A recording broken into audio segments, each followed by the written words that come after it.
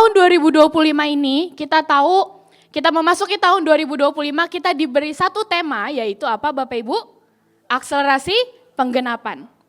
Dan gimana pun walaupun saya mungkin baru sekitar 1 bulan nyampe Indonesia, tapi saya sudah melihat kita baru memasuki bulan ketiga, tapi saya sudah melihat rindunya Tuhan benar-benar dari hatinya yang terdalam sangat ingin menggenapi apapun yang kita sudah rindukan dari 10 tahun yang lalu mungkin. Bahkan baru masuk bulan ketiga saja saya sudah bisa merasakan Tuhan tuh sangat rindu untuk menggenapi apapun yang kita rindukan.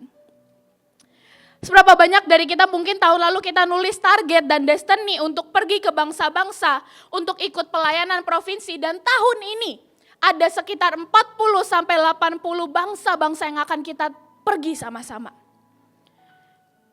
Dan bahkan baru memasuki 2025, di bulan Maret nanti tanggal 22, kita sudah menjadi rumah untuk 500.000 jiwa, amin ya.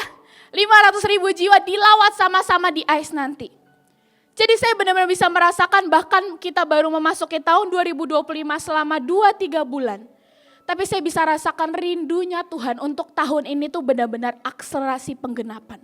Apapun yang kita inginkan, apapun yang kita sudah rindukan sejak tahun-tahun lalu, bulan-bulan lalu, tahun ini adalah tahunnya penggenapan.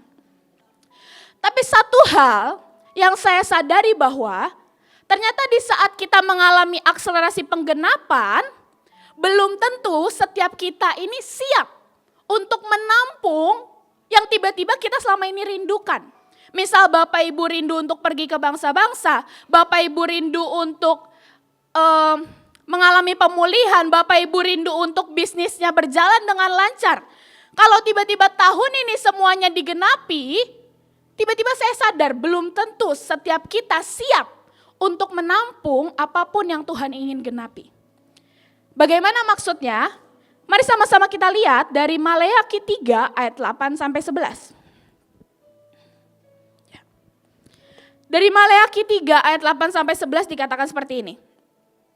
Bawalah seluruh persembahan persepuluhan itu ke dalam rumah perbendaraan supaya ada persediaan makanan di rumahku. Dan ujilah aku, firman Tuhan semesta alam, apakah aku Tuhan tidak akan membukakan bagimu tingkap-tingkap langit dan mencurahkan berkat kepadamu sampai berkelimpahan. Jadi sebenarnya dia adalah Tuhan yang sangat rindu untuk membuka tingkap-tingkap langit. Bahkan di bahasa lainnya dikatakan, test me in this, ujilah aku Tuhanmu ini loh. Masa sih aku gak akan membuka open the gates of heaven. Aku gak akan membuka pintu-pintu gerbang surga dan pour out blessings beyond your wildest dream. Itu kerinduan Tuhan untuk setiap kita. Tapi kuncinya apa? Berikan persepuluhan. Dan pada saat saya pelajari Bapak Ibu, ternyata arti persepuluhan itu adalah hospitable environment. Jadi kalau kita mau Tuhan membuka tingkap langit yang di surga untuk menumpahkan berkatnya kepada setiap kita, yang pertama, kita harus bisa menjadi diri yang siap untuk menampung setiap berkat-berkat Tuhan. Ternyata saya sadari gak semua orang sikapnya, sifat hatinya, karakternya itu bisa menjadi rumah, bisa menjadi wadah yang berkat Tuhan itu mudah untuk datang. Kenapa? Saya punya satu cerita Bapak Ibu. Saya punya satu cerita tahun lalu di tengah saya sedang bergumul untuk mencari S2. Hari itu Tuhan percayakan saya untuk menjadi saluran untuk membeasiswakan beberapa anak-anak rumah singgah. Saya membeasiswakan 4 anak dengan latar yang berbeda. Yang pertama ada anak yatim piatu, ada anak yang papanya cuma kerja di bawah gajinya di bawah 1 juta, ada anak yang 5 bersaudara dan papanya cuma tukang tambal ban. Dan hari itu saya dipercayakan Tuhan untuk menjadi saluran untuk memberikan mereka beasiswa. Setelah saya sudah carikan donatur untuk bisa membeasiswakan mereka, secara kondisi harusnya anak-anak yang berkekurangan ini kalau terima beasiswa harusnya diterima atau enggak Bapak Ibu? Diterima ya. Mereka berkekurangan, gajinya di bawah 1 juta, saudaranya 5, ya ada juga yang anak yatim piatu. Harusnya secara logika pasti diterima beasiswanya. Tapi hari itu saya sudah atur untuk satu anak ini pergi dan bisa mendapatkan beasiswa di kampus nomor 1 di Indonesia untuk jurusan sekretaris. Hari itu saya sudah carikan, pokoknya kamu nanti saya kuliahkan di sini, kamu akan belajar untuk menjadi sekretaris. Ini nomor 1 di Indonesia, di Jakarta nih, kamu ku masukin ke sini. Bapak Ibu kalau jadi anaknya kira-kira terima atau enggak? Terima. Tapi hari itu Bapak Ibu tahu jawabannya apa? Hari itu anaknya bilang gini, maaf saya nggak bisa terima karena saya nggak punya ongkos untuk pergi ke Jakarta. Habis itu dia bilang lagi kayak gini, maaf saya nggak bisa terima beasiswanya karena jurusannya kurang cocok di hati saya. Saya benar-benar bingung Bapak Ibu, ini anak papanya cuman ojek, mamanya cuman buka warung yang mungkin kalau buka warung sehari 100-200 ribu udah puji Tuhan gitu ya. Papanya cuman ojek dan hari itu ada orang yang mau membeasiswakan full gratis Bapak Ibu, full gratis yang SPP-nya itu hampir 15-20 juta per semesternya di universitas nomor 1 di Indonesia untuk jurusan sekretariat. Tapi ditolak cuman alasannya apa? Maaf, saya nggak punya uang untuk pergi ke Jakarta. Kalau kuliah saya di Jakarta kejauhan. Saya benar-benar nggak habis pikir. Dan setelah saya dengar cerita ini, dan saya jadi ngerti, ternyata tidak semua orang bisa punya wadah untuk berkat itu tinggal dalam setiap kita. Ternyata nggak semua orang bisa menjadi hospitable environment untuk Tuhan tuh tinggal dalam hidup kita. Seringkali masih ada kemiskinan, masih ada kebodohan yang masih melekat dalam hidup kita, yang membuat berkat Tuhan tuh tidak bisa tinggal. Tapi biar sekali lagi Bapak Ibu, mumpung kita ini masih di awal 2025, biar setiap kita benahi kembali hati kita, biar setiap kita kembali benahi setiap sikap hati kita, supaya setiap kita seperti firman-Nya berkata, Tuhan akan membuka pintu surga dan memberikan kita blessing beyond our wildest dream. Bahkan kalau hari ini mungkin kita minta 70 ribu buat di ICE, tapi Tuhan akan kasih sampai 500 ribu, amin. Kalau hari ini mungkin kita minta pergi ke bangsa-bangsa, mungkin kita cuma pegang 40 sampai 80 bangsa-bangsa, Tuhan akan berikan 300 negara mungkin. Enggak ada, iya memang tidak ada coach.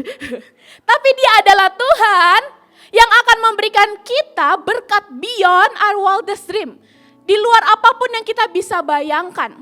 Tapi seringkali masih ada dalam diri kita yang membuat berkat Tuhan tuh gak bisa datang Bapak Ibu. Dan mari sekali lagi biar hari ini, biar pagi ini, firman di pagi hari ini bisa kembali membenahi setiap hati kita. Supaya di tahun 2025 di mana ini adalah akselerasi penggenapan, kita bisa melihat apapun yang kita inginkan menjadi nyata. Amin.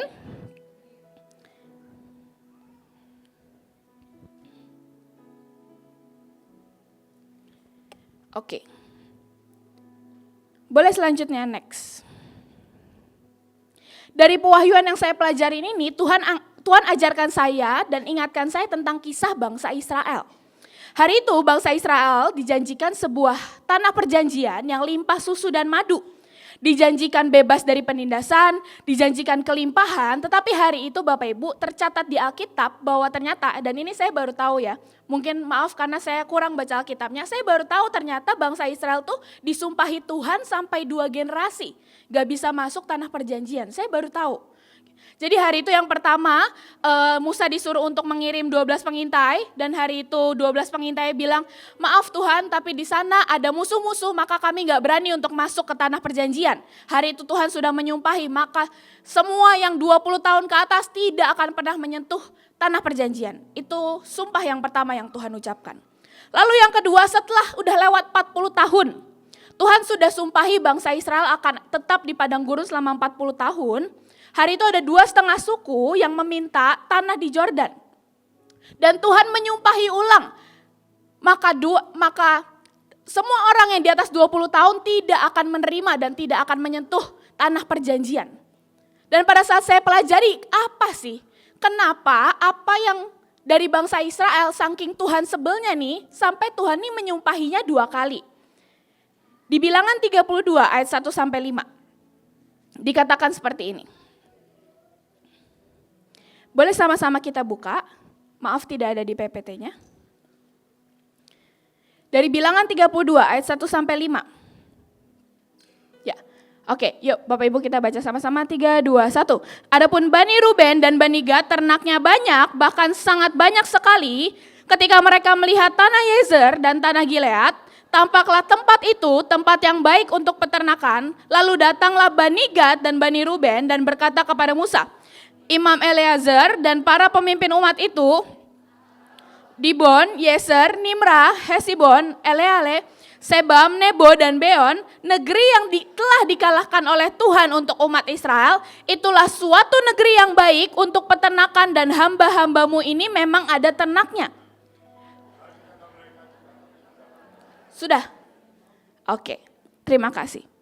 Jadi hari itu 2,5 suku ini memohon kepada Tuhan Bapak Ibu. Jadi ceritanya setelah Tuhan sudah bilang 20 orang, 20 semua orang yang di atas 20 tahun tidak bisa masuk tanah perjanjian dan bangsa Israel akan mengembara selama 40 tahun. Sudah lewat 40 tahunnya. Lalu ada lagi generasi yang baru dan hari itu 2,5 suku ini minta, Tuhan kami ini punya ternak. Ternak kami sangat banyak. Bolehkah kami meminta tanah di bagian dari timur Yordan supaya ternak-ternak kami bisa tinggal? Dan hari itu mereka memohon kepada Tuhan, janganlah kami harus pindah ke seberang sungai Yordan. Mungkin ini sudah disampaikan oleh Pak Joshua, oleh Christian juga, tentang menyeberang sungai Yordan. Dan hari itu dikatakan, negeri yang telah dikalahkan oleh Tuhan untuk umat Israel, mereka pandang baik. Jadi kesalahan pertama Bapak Ibu yang hari itu membuat bangsa Israel tidak bisa masuk tanah perjanjian adalah apa? Semua yang sudah dikalahkan Tuhan dalam hidup kita tiba-tiba kita pandang baik. Bisa kemiskinan kita, bisa kebodohan kita. Tuhan sudah kalahkan untuk kita. Tapi kita memilih kita tidak mau nyebrang. Kita tidak mau tinggalkan kesakitan kita tidak mau tinggalkan kemiskinan kita dan kita memilih untuk memelihara semuanya. Di sini dikatakan Bapak Ibu, di bahasa Inggrisnya dikatakan I beg you. Tuhan, I beg you Moses, aku memohon kepada engkau Musa, jangan buat kami harus menyeberangi sungai Yordan. Padahal hari itu bangsa Israel tinggal 1 langkah lagi masuk tahun penggenapan. Padahal hari itu bangsa Israel tinggal 1 langkah lagi menerima semua yang sudah dijanjikan. Tapi cuman karena satu, mereka tiba-tiba tidak mau untuk menyeberang sungai Yordan. Dan pada saat saya pelajari Bapak Ibu, arti dari Yordan itu artinya descending down. Ya, artinya sesuatu yang terus turun. Destiny yang akan terus menurun. Kualitas yang akan terus menurun. Standar yang akan terus menurun. Dulu Bapak Ibu, Yordan ini tercatat sebagai largest river, sebagai sungai terbesar di Palestina, sebagai tempat untuk orang minum. Jadi artinya ini adalah sumber mata air yang luar biasa sebenarnya. Dan dikatakan ini adalah tempat di mana Israel bisa berlindung, Israel's fort. Jadi dulu destiny daripada sungai Yordan ini sebenarnya besar. Tapi dikatakan Yordan ini akan descending down, akan selalu turun sampai dia mengalir kepada sebuah kematian. Jadi kalau kita tidak mau meninggalkan Yordan kita tidak mau meninggalkan semua yang lama, semua yang Tuhan sudah kalahkan dalam hidup kita. Kita ini sama seperti bangsa Israel Bapak Ibu. Kita sudah kalahkan setiap TPU kita sudah potong setiap kemiskinan kita sudah potong setiap kemalasan kita. Tapi kalau kita masih mau terus memeluk kesakitan itu, kita seperti bangsa Israel. Yang hari itu karena mereka tidak mau menyeberang Yordan, itu membuat bangsa Israel tidak bisa menerima tanah perjanjian yang mereka sudah dijanjikan sejak 40 tahun yang lalu. Dan selanjutnya dikatakan di saat kita menyeberangi sungai Yordan, next. Kata menyeberang memiliki arti to vanish atau untuk hilang, untuk dipotong. Jadi hari itu ternyata kenapa bangsa Israel, kenapa 2,5 suku ini memilih untuk tetap tinggal di Yordan, karena mereka ada satu dalam diri mereka yang mereka tetap gak mau potong. ada kemanusiaan mereka yang mungkin mereka tetap tidak mau potong dan mereka tetap memilih, mereka tetap pengen tinggal di Yordan. Dan ternyata kalau kita masih mau terus merawat kesakitan kita masih mau terus kasih makan yang namanya jiwa kita, ego kita sama seperti bangsa Israel yang hari itu kita tidak mau menyeberangi Yordan kita untuk menerima tanah perjanjian. Mungkin waktu kita dengar kisah bangsa Israel, kita dengan mudah gitu ya hakimin mereka. Apa susahnya sih tinggal satu langkah terakhir loh, masuk tanah perjanjian. Kenapa gitu doang, tinggal nyeberang sungai doang gak pengen. Tapi saya sadar seberapa sering saya juga masih seperti bangsa Israel yang walaupun kemarin habis dari air terjun, sudah badan pegel-pegel semua kena air terjun. Selama 20 menit gitu ya di dalam air terjun, nyelup sampai gak tahu berapa kali, 49 kali, kali 7 kali mungkin ya. Udah sampai tuahir banget. Tapi kalau pulang, di saat tiba-tiba kita mengalami sesuatu, kita bilang, wajar kok aku sakit. Aku ini memang bodoh kok. Aku ini memang gak mampu. Aku ini memang miskin. Dan kita terus kasih makan setiap luka demi luka. Kita sama seperti bangsa Israel yang hari itu gak mau menyeberangi sungai, tidak mau dipotong. Dan hari itu satu kesalahan ini, karena mereka enggan meninggalkan Yordan mereka dalam hidup mereka. Yaitu setiap apapun yang jelek. Dan hari itu cuman karena kesalahan ini, Tuhan tidak bisa menggenapi setiap janjinya dalam hidup bangsa Israel. Di saat kita enggan untuk meninggalkan apapun yang masih menghalangi kita, Tuhan juga sulit untuk membuka pintu surga dalam hidup kita. Kita sudah melakukan TPU, kita sudah melakukan pemotongan demi pemotongan, yang sudah melakukan pelepasan demi pelepasan, tapi kalau pulang kita mengalami sesuatu dan kita tetap kasih makan setiap roh-roh itu, sama aja Bapak Ibu. Jadi mari hari ini kita putuskan, udah tinggalkan Yordan kita, supaya kita bisa menikmati setiap janji-janji Tuhan dalam hidup kita. Amin. Selanjutnya, kesalahan kedua bangsa Israel, kenapa mereka tidak bisa menerima tanah perjanjian adalah hari itu dikatakan seperti ini. Jawab Musa kepada Bani Gad dan Bani Ruben, Bilangan 32 ayat 6 sampai 9. Jawab Musa kepada Bani Gad dan Bani Ruben itu, masakan saudara-saudaramu pergi berperang dan kamu tinggal di sini? Mengapa kamu hendak membuat enggan hati orang Israel untuk menyeberang ke negeri yang diberikan Tuhan kepada mereka? Demikian juga dilakukan bapa-bapamu ketika aku menyuruh mereka dari Kadesh Barnea untuk melihat-lihat negeri itu. Mereka berjalan sampai ke lembah Eshkol, melihat-lihat negeri dan membuat enggan hati orang Israel, sehingga mereka tidak mau pergi ke negeri yang diberikan Tuhan kepada mereka. Boleh balik ke PPT, dikatakan hari itu bangsa Israel sudah melihat Eshkol. Bangsa Israel sudah melihat tanah perjanjian itu, dan mereka sudah melihat dengan kepala mereka sendiri bahwa ini memang limpah susu dan madu. Tapi apa yang membuat hari itu 12 pengintai pulang dan mereka bilang, Tuhan gak bisa. Gak mau Tuhan, kita gak mau ke tanah perjanjian. Hari itu karena dikatakan mereka took one look and quit. Mereka cuma ngelihat, hari itu mereka ngelihat Eshkol. Mereka ngelihat apa yang Tuhan sudah janjikan. Tapi hari itu mereka ada keraguan dalam hatinya. Mereka mempertimbangkan Tuhan. Mereka inspeksi dulu, mereka gak percaya sama janji Tuhan. Setelah 12 pengintai ini kembali, mereka membuat bangsa Israel takut sehingga mereka enggan untuk masuk ke dalam tanah perjanjian. Dan hari itu dikatakan karena mereka melihat orang-orang enak, ada raksasa-raksasa yang ada di tanah perjanjian itu. Sehingga mereka menjadi takut, mereka menjadi ragu dan mereka memilih mundur. Padahal mereka sudah melihat sebuah kelimpahan. Mereka sudah melihat semua yang sudah dijanjikan Tuhan itu sudah ada di depan mata mereka. Mereka sudah melihat Eshkol hari itu Bapak Ibu. Tapi kenapa mereka tetap pulang dan memilih untuk Tuhan, kami tidak mau masuk tanah perjanjian? Karena seringkali ada keraguan dan ketidakpercayaan kita dalam hati kita yang mungkin itu kecil. Tapi itu membuat Tuhan tidak bisa menggenapi janji-janjinya.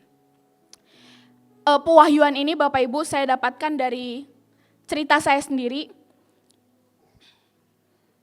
Saya benar-benar lihat Tuhan sangat haus untuk memberkatin saya.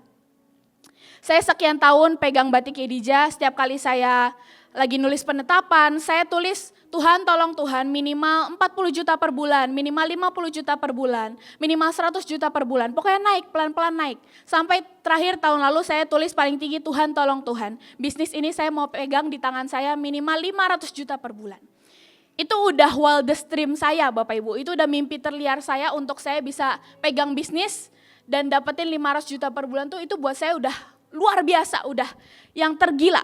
Dan juga saya tulis untuk S2. Saya ini gak berani nulis saya mau S2 di mana, saya gak berani nulis saya pengen ngambil jurusan apa, karena buat saya kalau saya udah bisa S2 itu udah anugerah gitu. Tapi hari ini saya cerita Bapak Ibu, saya bersaksi, ada salah satu presiden direktur dari salah satu perusahaan yang setiap kita pasti gunain brandnya, hari ini tiba-tiba bilang bahwa beliau ingin membiayakan saya untuk membuat bisnis yang akan mengalahkan Uniqlo. Gitu. Dan hari itu pada saat saya dengar, Bapak Ibu kalau jadi saya senang atau enggak? Senang atau enggak? Senang. Tapi saya dengar dari sisi ini saya gemetar Bapak Ibu, saya benar-benar takut. Padahal ini orang di luar sana pengen bikin bisnis nyari modal susah, betul ya? Saya di sini ada orang yang bilang, saya mau biayain kamu, ayo bikin satu brand yang ngalahin Uniqlo. Tapi saya takut, saya benar-benar takut banget. Buat saya bilang, udahlah Tuhan cukup dengan Yedijah yang mungkin 100 juta per bulan, 200 juta per bulan, udah cukup, ini udah banyak kok, uangku udah banyak. Tiba-tiba ada keraguan dalam hati saya yang saya gak bisa percaya bahwa ini ternyata yang Tuhan pengen genapi dalam hidup saya. Dan juga di saat saya bergumul dengan S2 tiba-tiba, jadi ceritanya Bapak Ibu tahun lalu saya itu ditolak dari salah satu univ yang saya daftarkan di Taiwan. Tapi tahun ini tiba-tiba Tuhan genapi dengan univ yang beyond my wildest dream, yang di luar apa yang saya impikan. Jadi univ nomor satunya di Taiwan tiba-tiba panggil saya untuk interview. Karena univnya tertarik karena saya nulis esai tentang rumah singgah. Jadi tiba-tiba saya melihat tahun 2025 ini benar-benar tahun penggenapan. Tapi saya ngelihat ke diri saya sendiri, kenapa ya Tuhan? Di saat Engkau sangat rindu untuk memberkati, di saat Engkau sangat rindu untuk menggenapi setiap janjimu, tapi ternyata enggak setiap kita ini bisa jadi hospitable environment untuk berkat Tuhan. Ternyata di saat semua berkat itu tiba-tiba nyata, apapun yang Bapak Ibu rindukan lawatan, Bapak Ibu rindukan bisnis yang sampai mungkin 1M, kalau tiba-tiba datang, apakah kita bisa menjadi wadah yang siap? Jangan sampai kita menjadi seperti bangsa Israel yang hari itu karena kita enggan. Saya enggan untuk memotong kemalasan saya enggan untuk meninggalkan kemanjaan saya. Dan saya pengen terus meluk kemanjaan, pokoknya udah Tuhan Yedijah aja cukup. Padahal di satu sisi Tuhan pengen kasih satu brand, Tuhan pengen kasih satu bisnis yang ngalahin Uniqlo. Tapi iman saya gak cukup, karena saya tetap masih pengen memeluk kemanjaan saya masih pengen memeluk kemalasan saya. Dan ternyata di saat saya enggan untuk meninggalkan Jordan saya, ternyata itu bisa memotong berkat Tuhan dalam hidup kita. Dan yang terakhir Bapak Ibu, yang ketiga dikatakan, apa yang membuat Yosua dan Kaleb satu-satunya orang di antara dua generasi yang Tuhan sudah sumpahi hari itu untuk tidak masuk tanah perjanjian. Kenapa? Apa yang membuat dua orang ini tetap bisa masuk tanah perjanjian? Kenapa? Di Bilangan 32 ayat 12 dikatakan seperti ini. Semua orang kena hukuman itu kecuali Kaleb anak Yefune, orang Kenas dan Yosua anak Nun, karena mereka berdua tetap setia kepada Tuhan. Jadi kuncinya cuma satu, arti daripada tetap setia adalah their hearts, hati mereka ada di dalamnya. Di saat bangsa Israel menjalani perjalanan 40 tahun mengembara, ternyata bangsa Israel ini gak pernah pengen ternyata buat keluar dari Mesir. Ternyata hati mereka masih ada di Mesir, hati mereka masih ada di kemiskinan, masih ada di perbudakan yang mereka tinggalkan di Mesir itu. Hati mereka gak pernah pengen untuk menikmati tanah perjanjian ternyata.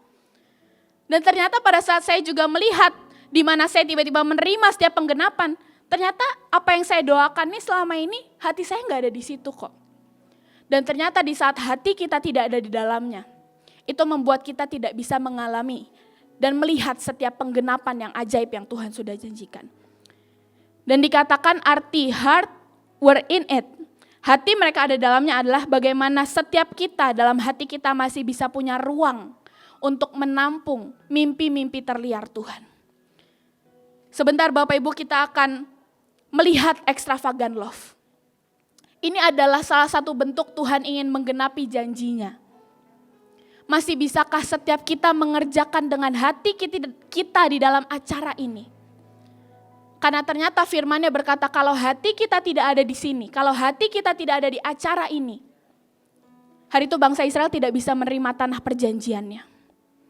Sangat banyak orang mungkin pulang acara yang mereka terima cuman capeknya, pegelnya, ngantuknya, stresnya yang mereka terima cuman itu. Tapi ada orang-orang lain pulang dari acara bisa mengalami mujizat, bisa mengalami pemulihan. Kenapa? Karena di saat mereka menjalani perjalanan itu hati mereka ada di situ. Dan mereka terus mengandalkan Tuhan di situ. Mungkin firman hari ini tidak banyak Bapak Ibu. Tapi saya cuma harap di hari-hari persiapan kita untuk menyambut mimpi terliar Tuhan. Wildest dream-nya Tuhan yang Tuhan sedang ingin genapi tahun ini. Pastikan setiap kita bisa menjadi wadah untuk menampung mimpi Tuhan yang ini. Pastikan setiap kita mengerjakan apapun tugas kita, hati kita ada di situ. Supaya kita juga bisa mengalami mujizat dan pemulihan yang sama. Biar kita tidak pulang, yang kita terima cuma capeknya, yang kita terima cuma ngantuknya, yang kita terima cuma keluhannya doang. Tapi biar kita pulang, kita juga mengalami extravagant love yang daripada Tuhan. Amin. Terima kasih Bapak Ibu, Tuhan Yesus memberkati.